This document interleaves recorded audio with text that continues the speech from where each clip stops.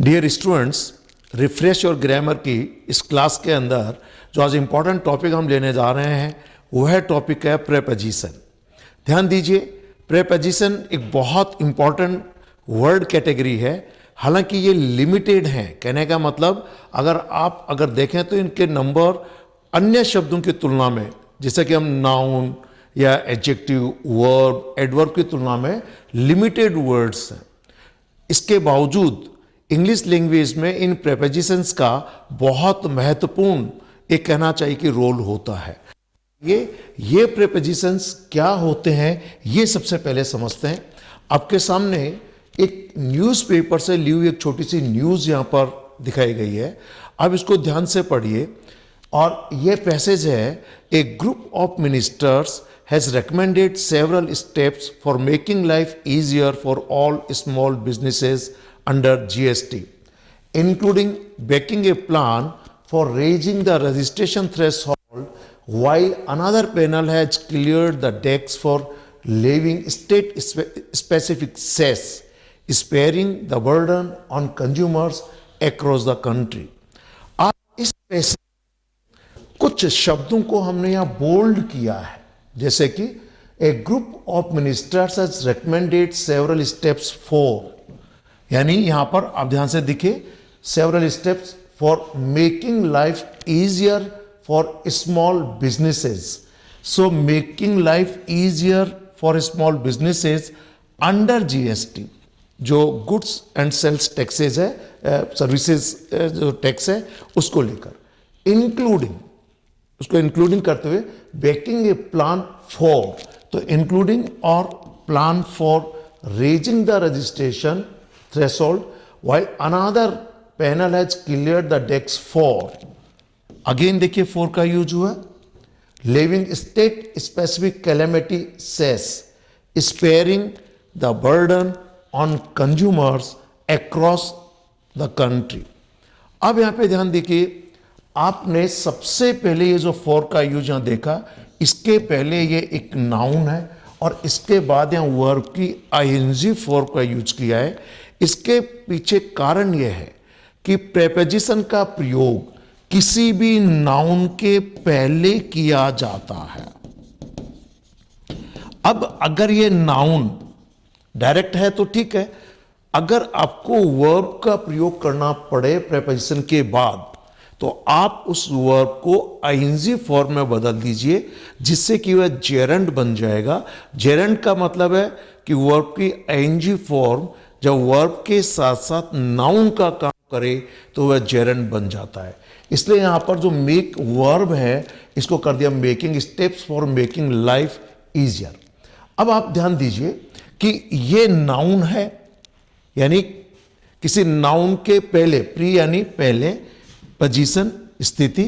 सो preposition means किसी noun के पहले इसका प्रयोग किया जाता है और इसका रिलेशन, इस शब्द का रिलेशन उस सेंटेंस में दिए हुए किसी अन्य शब्द से बताया जाता है।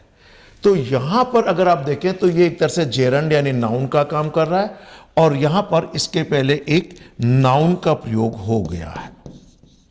लेकिन अगला है इजियर फॉर स्मॉल बिजनेसेस। यहां पर ये इजियर, इजी जो कि एक एडजेक्टिव है, उसकी कंपैरेटिव डिग्री है इजी से इजियर। तो यहां पर इस स्मॉल बिजनेसेस जो नाउन के रूप में यूज हुआ है, इसके पहले यहां पर ये एडजेक्टिव का प्रयोग हो गया। देखिए, easy means easier for small businesses. Again इस बिजनेस और जीएसटी को अंडर से जोड़ दिया गया है, तो पहले भी नाउन और जीएसटी उसके बाद भी नाउन। देन इंक्लूडिंग, जो कि एक तरीके से वर्ब की आईएनजी फॉर्म इंक्लूडिंग बना है। ये एक सिंगल यानी ये प्रेजेंट पार्टिसिपल वाली इसकी फॉर्म है। इसे पार्टिसिपियल प्रेपोजिशंस कहते हैं, जो यहां पर यूज हुआ है। अगेन यहां पर प्लान फॉर रेजिंग, पहले नाउन है और बाद में जेरंड, यानी जेरंड एक तरीके से नाउन को ही कहा जाता है, या जेरंड जो है वो एक वर्ब की आईएनजी फॉर्म है जो नाउन की तरीके से प्रयोग की जाती है। तो यहां पर जेरंड और इसके पहले नाउन। ठीक ऐसे ही डेक्स फॉर लेविंग तो अगेन लेवी का आईएनजी फॉर्म या रेज का आईएनजी फॉर्म। इसलिए क्लियर देखिए कि कॉम्पिटिटिव एग्जामिनेशंस में अनेक बार ये एरर पूछी जा चुकी है।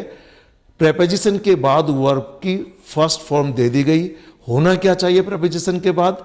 वर्ब की आईएनजी फॉर्म, जो कि जेरंड का काम करेगा यहां पर। क्लियर?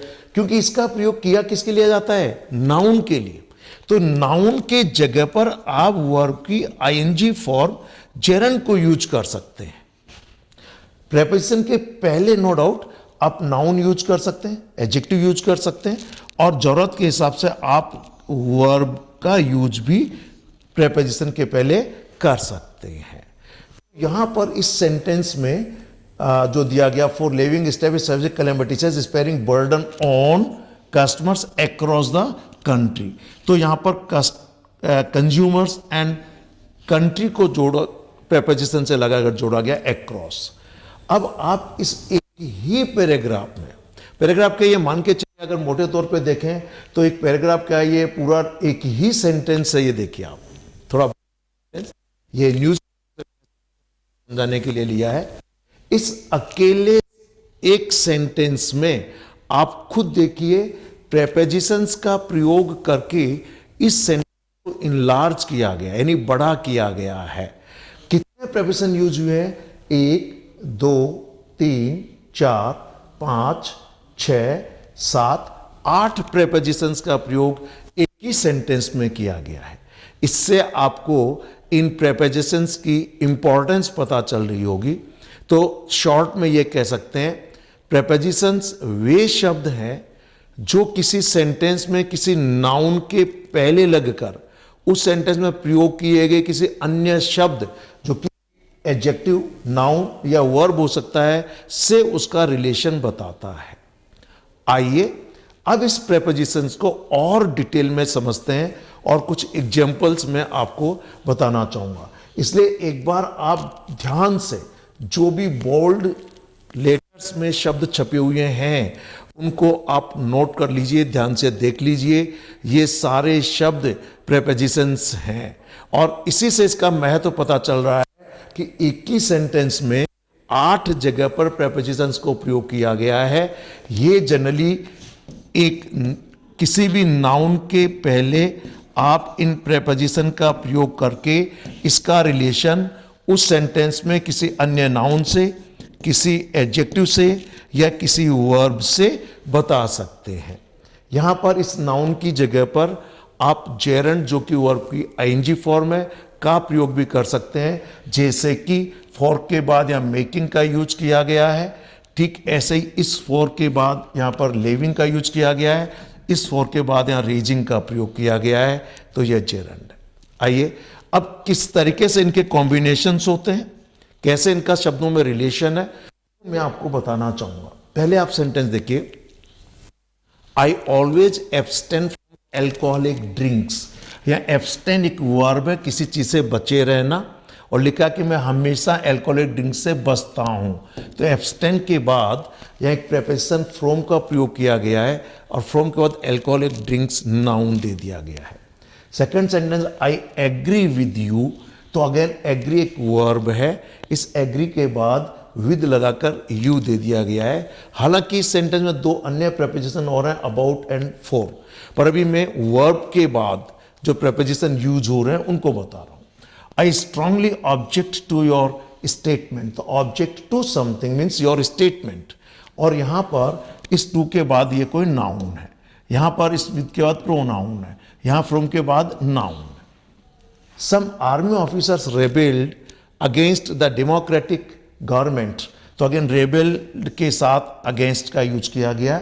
और लास्ट ने देखिए, he stared at her as if he were mad, वह उसको ऐसे घूर कर जैसे, यानी यह आदमी पागल हो, तो स्टेयर्ड एट। अब आपने इन सभी सेंटेंस में देखा है कि एक वर्ब के बाद एक निश्चित प्रेपोजिशन का प्रयोग हुआ और प्रेपोजिशन के बाद नो डाउट नाउन का प्रयोग होता है।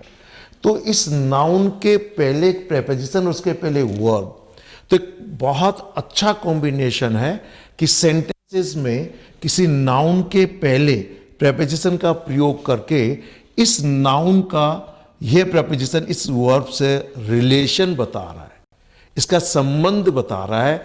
इस तरीके से ऐसे बहुत से वर्ब हैं इंग्लिश लैंग्वेज में जिनके बाद एक स्पेसिफिक प्रेपोजिशंस का प्रयोग किया ही जाता है।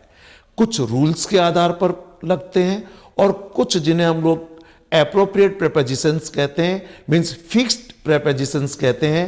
एब्सटेन के बाद फ्रॉम आना ही चाहिए।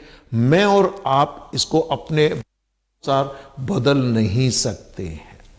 आइए, तो पहला ग्रुप क्या हो गया? Verb, preposition, noun. अगला देखिए ग्रुप में आपको बताना चाहूं, और ये यहां पर एक सेंटेंस देखिए, the manager insisted on taking action against cashier, कि मैनेजर केशियर के अगेंस्ट कार्रवाई इंसिस्ट किया। इंसिस्ट के बाद ऑन का प्रयोग होता ही है। नेक्स्ट है, we must refrain from smoking at public places, कि हमें पब्लिक प्लेसेस पर धूम्रपान करने से बचना चाहिए।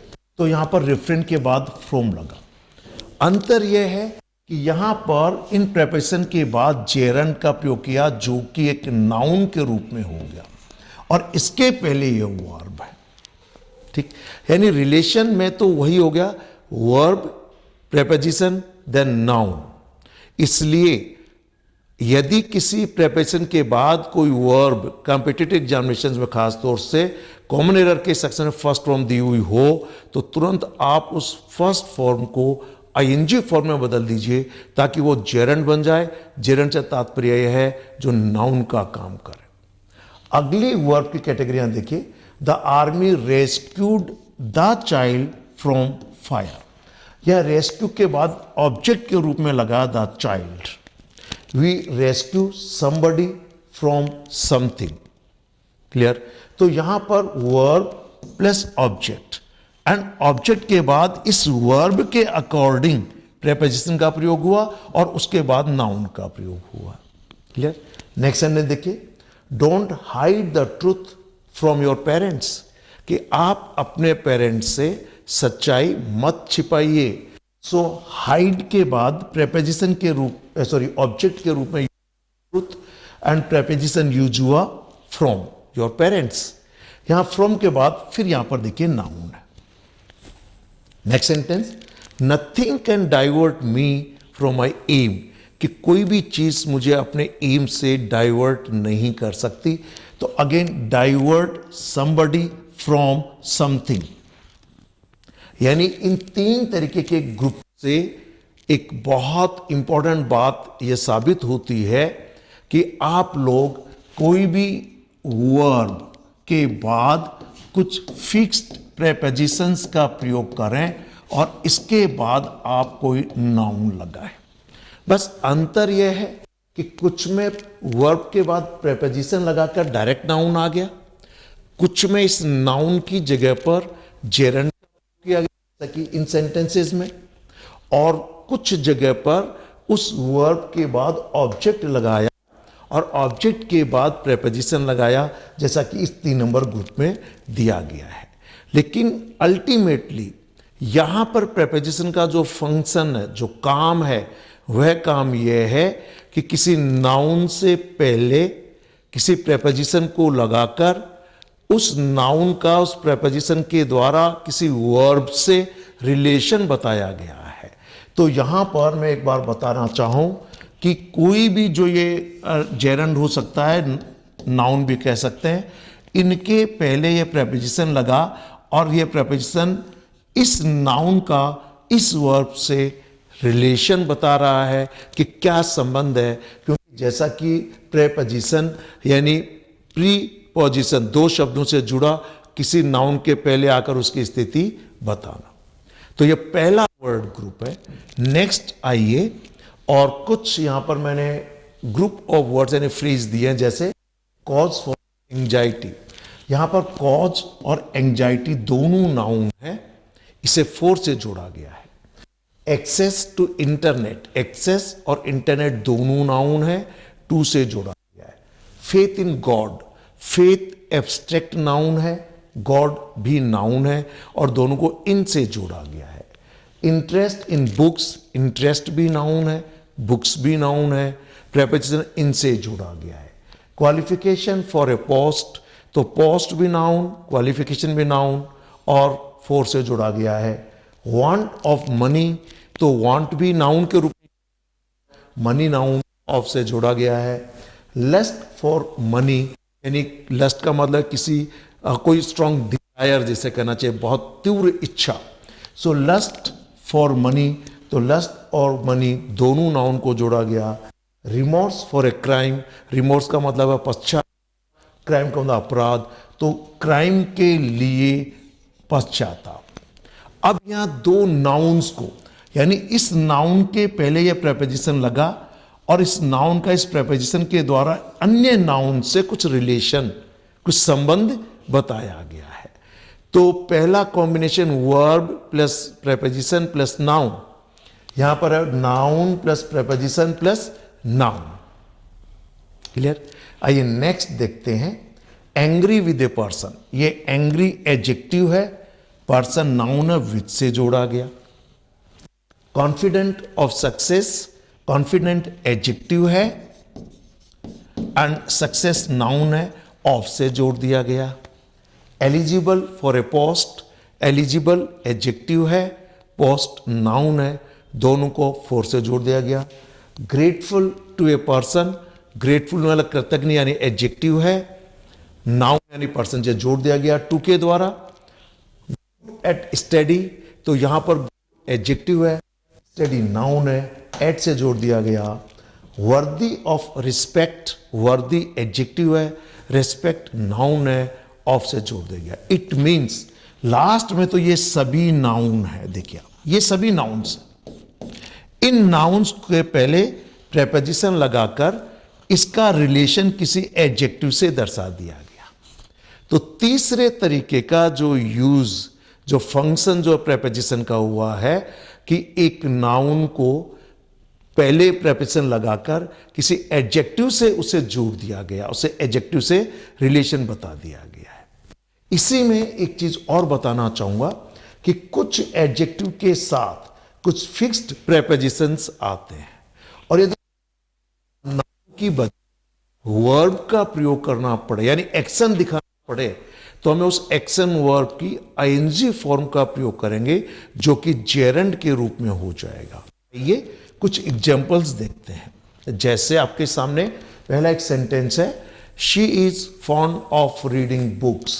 सो फॉन्ड एक एडजेक्टिव ऑफ इसके साथ आना ही चाहिए। सो फॉन्ड ऑफ रीडिंग बुक्स या नाउन के रूप में एक जेरेंड दे दिया गया है। रीड की आईएनजी फॉर्म रीडिंग। नेक्स्ट है, I am afraid of going outside alone. Afraid एक एडजेक्टिव है, और इसके बाद आता है और यहां पर जेरेंड के रूप में गोइंग दे दिया जो कि नाउन का काम कर रहा है। He is good at making new things, वह अच्छी चीजें बनाने पर अच्छा है, तो good at doing something. Making again gerund है। Then I am tired of watching television, क्या मैं थक गया हूं, बाहर जाना चाहता हूं। तो यहां पर अगेन देखिए कि एडजेक्टिव, प्रेपोजिशन एंड जेरेंड। तो ये जेरेंड का मतलब ये कोई नाउन का काम कर रहा है यहां पर। तो इस जेरेंड के पहले प्रेपोजिशन लगा और इस प्रेपोजिशन से जेरेंड का इस एडजेक्टिव से रिलेशन दिखा दिया गया। तो बहुत इंपॉर्टेंट वर्ड्स हैं प्रेपोजिशंस, हैं तो बहुत कम। कॉम्पिटिटिव एग्जामिनेशंस में भी इनको लेकर निश्चित रूप से बहुत से क्वेश्चंस बनते हैं। यहां दो चीजें महत्वपूर्ण हैं। कुछ प्रेपोजिशन तो वर्ब, एडजेक्टिव, नाउन के बाद फिक्स्ड हैं जिन्हें एप्रोप्रिएट प्रेपोजिशन कहते हैं। उनमें मैं और आप कुछ बदल नहीं सकते। कुछ स्थिति ऐसी हैं जहां पर उस सिचुएशन के अकॉर्डिंग, अपने भाव के अकॉर्डिंग हमको नियमानुसार अलग अलग प्रेपोजिशंस का प्रयोग करना पड़ता है। तो अभी फिलहाल एक बार मैं फिर आपको बताना चाहूंगा कि तीन तरीके के फंक्शंस आपने प्रेपोजिशंस के यहां पर देखे। तो मैं आपको बताना चाहूंगा there are three important functions of prepositions. Three important functions note कर लीजिए। ए प्रेपोजिशन मे, एक प्रेपोजिशन कर सकता है, क्या कर सकता है? Join a noun to another noun, एक नाउन को दूसरे नाउन से जोड़ता है। और मैंने आपको शुरुआत के कुछ एग्जांपल्स में तो verb plus preposition plus noun बताया, फिर मैंने noun plus preposition plus noun बताया, और लास्ट में मैंने adjective plus preposition plus noun बताया। तो एक नाउन को दूसरे नाउन से जोड़ता है। पहले जो एग्जांपल दिए उनको दोबारा पढ़ लीजिए। जैसे a book in the shop, तो इस बुक का इस शॉप के पहले और इस बुक के बीच में इन लगकर दोनों को जोड़ दिया गया है। The wall behind the curtain, तो इस कर्टेन और वॉल के बीच में बिहाइंड लगकर दोनों का रिलेशन बता रहा है। दूसरा इंपॉर्टेंट फंक्शन है a preposition may join a noun to an adjective, कि एक नाउन को एक एडजेक्टिव से जोड़ता है। जैसे हैप्पी विद माई फैमिली, यहां माई फैमिली नाउन है, विद प्रेपोजिशन है, हैप्पी एडजेक्टिव है। रिस्पॉन्सिबल फॉर द जॉब, यहां पर जॉब नाउन है, रिस्पॉन्सिबल एडजेक्टिव है। यह आप भी पढ़ चुके हैं, जो मैंने आपको भी हाल ही में 5 और 6 नंबर के वर्ड ग्रुप्स में सिखाया। फंक्शन है may join a noun to a verb, ध्यान दीजिए, a noun join a noun to another noun, join a noun to another adjective, join a noun to a verb. जैसे to run after the thief, तो यहां पर ये जो after है, इस थीफ और रन के बीच में एक रिलेशन बता रहा है। To hide behind a tree, तो ट्री एक नाउन है और इसके पहले हाइड एक वर्ब लगा दिया गया। तो मैं एक बार फिर से इस चीज को दोहराना चाहूंगा, एक ही जगह पर कोई भी नाउन, आप इस नाउन की जगह पर जेरंड भी लगा सकते हैं, मीनिंग के अकॉर्डिंग, आपकी आवश्यकता के अकॉर्डिंग। इसके पहले आप कोई प्रेपोजिशन लगाइए। इस प्रेपोजिशन के पहले 3 चीजें हो सकती हैं, कोई एडजेक्टिव का प्रयोग हो सकता है, कोई नाउन हो सकता है, और कोई वर्ब हो सकता है। ये 3 ही चीजें मैंने आपको यहां पर दिखाई हैं। तो ये प्रेपोजिशंस के कुछ बहुत ही इंपॉर्टेंट फंक्शंस हो गए। क्लियर? आइए अब इन मीन्स अगर देखें तो प्रेपोजिशंस है क्या, अब ये सब कुछ देखने के बाद आप इस डेफिनेशन को ध्यान से देखिए। A preposition is a word और group of words placed before a noun और pronoun to show place, position, time, method, to indicate relationship in regard to other words sentence। यानी prepositions वे शब्द हैं जो किसी भी नाउन की जगह पर प्रोनाउन हो सकता है, नाउन की जगह पर कोई जेरंड हो सकता है, इसके पहले इस प्रेपोजिशन का प्रयोग किया और यह प्रेपोजिशन इस नाउन की पोजीशन, टाइम, मेथड या प्लेस बताता है, और इसके पहले रिलेशन दिखाने के लिए यहां पर कोई नाउन, कोई एडजेक्टिव या कोई वर्ब सेंटेंस में हो सकता है जो इसका रिलेशन बताता है। तो ये थे प्रेपोजिशंस। एक बहुत ही इंपॉर्टेंट इंफॉर्मेशन आपने प्रेपोजिशन को लेकर देखी, इनके आपने महत्व है, किस तरीके से सेंटेंस को इनलार्ज करता है, किस तरीके के वर्ड्स को यह आपस में जोड़ता है, यह आपने देखा। अब ये प्रेपोजिशंस कितने तरीके के होते हैं, आइए यह समझते हैं। सो देखिए, prepositions are of 4 main kinds, 4 मुख्य प्रकार के होते हैं। कौन कौन से हैं? पहला सिंपल प्रेपोजिशन, सामान्य, साधारण, सिंपल, जैसे after, at, by, for, from, in, of. ध्यान दीजिए यहां पर ये सिंगल और ये डबल, इसका प्रोनाउंसिएशन सामान्यतः औ या फिर औ किया जाता है, और ये जो प्रोनाउंसिएशन है दिस इज ऑफ। पर मैंने ऐसा पाया है 99.99% लोग, 99.99% लोग इस औ का प्रोनाउंसिएशन ऑफ ही करते हैं, ये वाला ऑफ करते हैं। कहने का मतलब हम इस ऑव का प्रयोग इतनी बार हम इसको ऑफ कर बोल चुके हैं कि कह लीजिए हमारा दिमाग ही ऑफ हो गया है। दोनों के प्रोनाउंसिएशन में बहुत बड़ा अंतर है। ये एक नेशनल एरर है कि 99.99% लोग इस ऑव को ऑफ बोलते हैं। ये प्रोनाउंसिएशन इसके लिए तो सही है, इसके लिए आप या तो ऑव करें या फिर हल्का सा ऑव। बहुत सॉफ्ट प्रोनाउंसिएशन है of.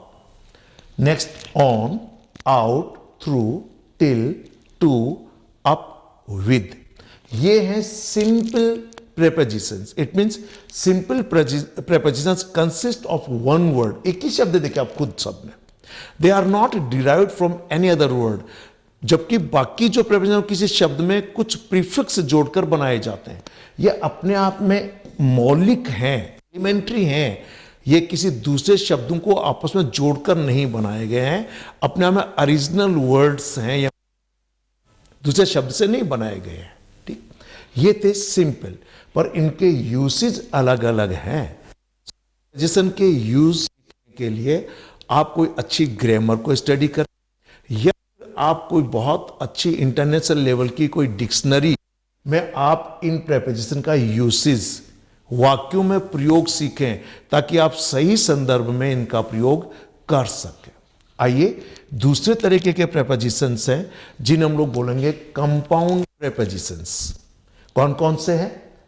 About, above, across, against, along, amid, among, around, before, behind, below, beneath, beside, besides, between, beyond, except, inside, into, और ये बेसिकली नियर है। Near, next, opposite, outside, over, toward, towards, underneath, unlike, until, upon, with in and without. अब ध्यान दीजिए, simple preposition और compound preposition में यह अंतर है कि ये किसी शब्द में कुछ प्रीफिक्स जोड़कर बनाए गए, ये अपने आप में ओरिजिनल नहीं है, यो मान लीजिए। इसीलिए लिखा compound prepositions consist of either the combination of two simple prepositions, क्या तो दो सिंपल प्रेपोजिशंस का कॉम्बिनेशन है, और of a simple preposition with a noun, या किसी नाउन के साथ सिंपल प्रेपोजिशन जोड़ दिया गया है। These are compound words made up of words plus prefix. जबकि सिंपल प्रेपोजिशंस क्या थे? अपने आप में मौलिक थे, अपने आप में ओरिजिनल वर्ड्स थे, दूसरे शब्दों से नहीं लिए गए थे, ये दूसरे शब्दों से लेकर बनाया गया है, यानी शब्दों में प्रीफिक्स जोड़कर बनाए गए हैं। क्लियर? इनके भी अलग अलग यूसेज हैं। किसी अच्छी डिक्शनरी से इन सभी शब्दों के हैं तो ये लिमिट खास तौर से competitive examination point of view से अत्यंत महत्वपूर्ण है। आपको इनके रूल्स की जानकारी होना चाहिए, साथ ही आपको यह भी पता होना चाहिए कि ऐसे बहुत से एडजेक्टिव्स, वर्ब, नाउन्स हैं जिनके बाद कुछ फिक्स्ड प्रेपोजिशंस आते ही आते हैं, हम उन्हें हटा नहीं सकते, वो हमको लगाने ही पड़ते हैं। क्लियर? ये था कंपाउंड प्रेपोजिशंस। अगली कैटेगरी है, इसे हम लोग बोलते हैं पार्टिसिपियल प्रेपोजिशन। बेसिकली पार्टिसिपियल का मतलब पार्टिसिपल शब्द से आया है, और पार्टिसिपल का हमारा मतलब है कि वर्ब की फॉर्म जो वर्ब के साथ साथ एडजेक्टिव का काम करे। यहां पर वर्ब की आईएनजी फॉर्म को हमने पार्टिसिपल प्रेपोजिशंस के रूप में लिया है। जैसे बेयरिंग, बेयर से आया है, कंसर्निंग, कंसर्न, कंसिडरिंग, ये कंसिडर से आया है, during, notwithstanding, regarding and including. Clear? It means participial prepositions are present participle in form, but prepositions in action, यानी बनावट में क्या है? present participle है। present participle वर्ब की आईएनजी फॉर्म, लेकिन काम में कैसे हैं? prepositions, they like other prepositions are placed before nouns। nouns के पहले तो प्रयोग किया जाता, but are not related to nouns और प्रोनाउंस अनलाइक अदर प्रेपोजिशंस। जैसे अन्य प्रेपोजिशंस से तो जो होते हैं वो तो दो नाउन को या दो शब्दों को जोड़ते हैं, नाउन के पहले प्रयोग तो होते हैं, पर नाउन के पहले प्रयोग होते हैं किसी दूसरे शब्द से जोड़ते नहीं है, but are not related to nouns. Noun के पहले प्रयोग तो हुआ पर ये जोड़ या इनका रिलेशन नहीं बताता। जैसे he is very active considering his age, तो ये कंसिडरिंग के बाद हिज एज तो आया, पर इस एज का किसी अन्य नाउन वर्ब या एडजेक्टिव से कोई रिलेशन नहीं है। पूरा सेंटेंस दिया, ही इज वेरी एक्टिव, वो बहुत एक्टिव है, उसकी उम्र को देखते हुए कंसिडरिंग हिज एज। तो इस कंसिडरिंग के बाद नाउन तो आया, पर इस नाउन का किसी अन्य शब्द से रिलेशन नहीं बताया है। Next sentence, she asked several questions, उसने बहुत से क्वेश्चंस पूछे concerning the future of her children. Concerning यानी अपने बच्चों के भविष्य के संबंध में, क्लियर, बहुत से क्वेश्चंस पूछे। तो ये नाउन तो आया, the future of her child, her children, लेकिन इसका रिलेशन किसी अन्य शब्द से नहीं बताया। Next sentence, he said nothing regarding my complaint, कि जो मेरी शिकायत थी उसके बारे में उसने कुछ भी नहीं कहा। सो अगेन इस रिगार्डिंग के बाद नाउन तो आया, but these nouns are not related to any other nouns in the sentence और any pronoun in the sentence. Clear, ये सब थे पार्टिसिपियल प्रेपोजिशन, यानी ये फॉर्म में तो प्रेजेंट पार्टिसिपल है यानी वर्ब की आईएनजी फॉर्म है, लेकिन काम में कैसे हैं, प्रेपोजिशंस। आइए अगला इंपॉर्टेंट जो वर्ड ग्रुप्स है वह है प्रेपोजिशनल फ्रीज। कॉम्पिटिटिव एग्जामिनेशन और धारा प्रवाह अंग्रेजी बोलने के लिए, means for communicative English also, all these prepositional, इसको प्रेपोजिशनल फ्रीज कर लीजिएगा, सॉरी ये एल कर लीजिए, prepositional phrase very important for communication as well as for competitive examinations. ये एक शब्द के पहले और उसके बाद कुछ प्रेपोजिशंस को जोड़कर बनाए जाते हैं और स्पेसिफिक मीनिंग इनका होता है, जैसे at the top of, at the risk of, for the sake of, in the hope of, in the guys of, in the course of. Next देखिए, अब देखिए आप इन सब में, इनके पहले और इनके बाद में, इनके पहले और इनके बाद में देखिए आप कुछ निश्चित प्रेपोजिशन की शुरुआत भी किसी प्रेपोजिशन से हुई है और इनका अंत भी किसी प्रेपोजिशन से हुआ है, जैसे by means of, by reason of, by dint of, by virtue of, by way of. इनके पहले सब में बाई लगा, देखिए आप, बाद में क्या लगा, ओ, ओ, by means of, by dint of, by virtue of, by way of, या on behalf of, on account of। ठीक ऐसे with regard to, with reference to, with a view to, with eye to, सभी with से शुरू हुए, बाद में इनमें to लगा हुआ है। और नेक्स्ट है in addition to, in comparison to, in order to, यानी पहले in है, लास्ट में to लगाया हुआ है। आइए कुछ वर्ड्स और देखते हैं, यानी ये preposition course of, in accordance with, in front of, in spite of, in honor of, in search of, in respect of, in case of, in lieu of, in favor of। Clear? So in course of, in accordance with, for want of, in order to, because of, owing to, instead of। ये सबके सब prepositional phrase है। फिर देख लीजिए, preposition phrases are groups of words that begin, आप इसको begin कीजिएगा, ये टाइपिंग एरर रह गया है, हाँ। So preposition phrases are groups of words that begin and end with a preposition and have the force of a single preposition। भले ये 3-4 शब्द हैं, इनकी शुरुआत किसी preposition से है, बाद में भी preposition, एंडिंग भी preposition, प्रेपोजिशन से शुरू होते हैं, बिगिन होते हैं, और प्रेपोजिशन से खत्म होते हैं, एंड होते हैं, लेकिन ये एक सिंगल प्रेपोजिशन का काम करते हैं। इसको इंडिविजुअल वर्ड्स में मत बांटिएगा। तो ये प्रेपोजिशंस बहुत ही इंपॉर्टेंट वर्ड ग्रुप्स हो गए। अब मैं लास्ट में आपको देखिए एक सेंटेंस और बताना चाहूंगा, और देखिए किस तरीके से सेंटेंस को इनलार्ज करते हैं। सेंटेंस देखिए, ए हर्मिट, हर्मिट से मेरा तात्पर्य है कोई साधु। ए हर्मिट, हर्मिट लिव्स इन ए हट, कहां रहता है? इन ए हट। सो यहां पर लिव्स और हट के बीच में रिलेशन इनसे बताया। इन ए हट, अंडर ए ट्री, हट कहां पर है? पेड़ के नीचे। On the bank of a river, in A dense forest, dense forest near my village. अब आप इन सभी में आप ध्यान दीजिए, यहां पर इन इस नाउन को इस वर्ब का रिलेशन बता रहा है, हट और लिव। सो वर्ब, प्रेपोजिशन प्लस नाउन।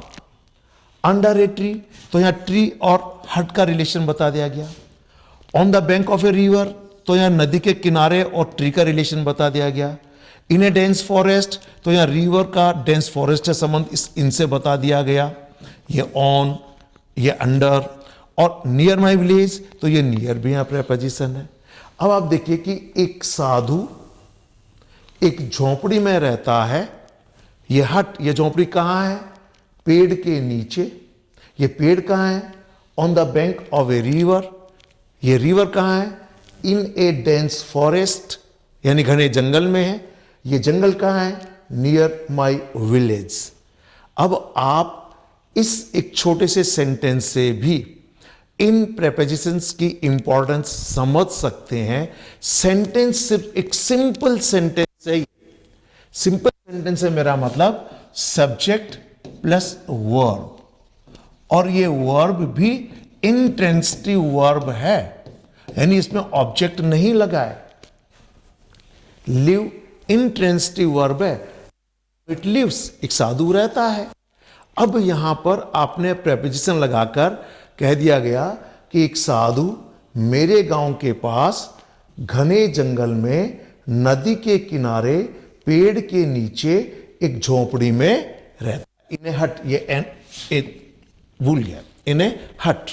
तो अब इस सेंटेंस अकेले से आपको निश्चित रूप से यह आभास हो रहा होगा कि प्रेपोजिशंस का प्रयोग करके एक बहुत ही छोटे से सेंटेंस को, जिसमें केवल सब्जेक्ट वर्ब वाला सेंटेंस, जो कि बहुत ही बेसिक लेवल सेंटेंस स्ट्रक्चर है, सबसे छोटा सेंटेंस स्ट्रक्चर है ये, लेकिन इसे अब सेंटेंस को कितना आपने इनलार्ज कर दिया। किसकी सहायता से? सिर्फ और सिर्फ प्रेपोजिशंस की सहायता से। क्लियर? तो यहां पर जिन प्रेपोजिशन का यूज किया गया है, इन, अंडर, ऑन, इन, नियर, ये अत्यंत महत्वपूर्ण वर्ड ग्रुप्स माने जाते हैं लिंग्विस्टिक कैटेगरी ऑफ वर्ड्स के अंदर, जिन्हें पार्ट्स ऑफ स्पीच कहते हैं। प्रेपोजिशंस किसी भी नाउन के पहले प्रयोग किया जाता है, और नाउन के पहले इनका प्रयोग होकर सेंटेंस के किसी अन्य शब्द, यह शब्द कोई वर्ब हो सकता है, एडजेक्टिव हो सकता है, नाउन हो सकता है, से उसको जोड़ता है, से उसका रिलेशन बताता है।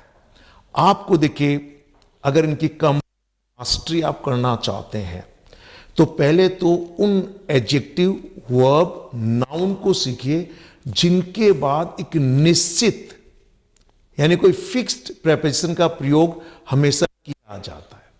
एग्जामिनेशंस में SSC, CDS, bank PO, NDA, CLAT, CAT जैसे एग्जामिनेशंस में इन फिक्स्ड प्रेपोजिशंस यानी एप्रोप्रिएट प्रेपोजिशन से रिलेटेड बहुत से क्वेश्चंस पूछे जाते हैं।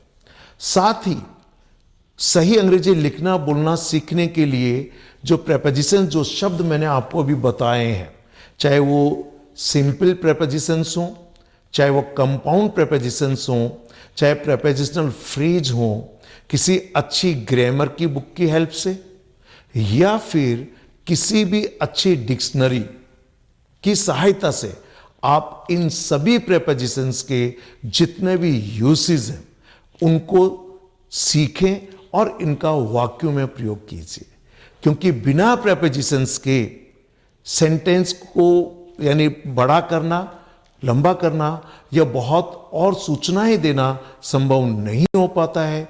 इसलिए प्रेपोजिशंस का यूज इंग्लिश लैंग्वेज में काफी माना जाता है। आशा करता हूं आपको प्रेपोजिशंस क्या हैं, कैसे यूज किया जाता है, क्या क्या इसके मेन फंक्शंस हैं, ये सब आपको अच्छे से समझ में आ गया होगा। साथ ही जो युवाम की इंग्लिश लैंग्वेज मेड इजी जो बुक है, इसमें सारी चीज़ें डिटेल में समझाई गई हैं। आप इसे भी रेगुलर पढ़ते रहिएगा। और जो मैंने प्रोनाउंसिएशन की बात की, जहाँ पर मैं आपको इस आउ और ऑफ के बारे में अंतर बता रहा था, यदि आप इसी तरीके से सही प्रोनाउंसिएशन सीखना चाहते हैं तो आप युवाम की बुक लर्न करेक्ट प्रोनाउंसिएशन को निश्चित रूप से आप खरीद कर पढ़ें। आपको अपना उच्चारण सुधारने में काफ़ी सहायक होगी ये पुस्तक।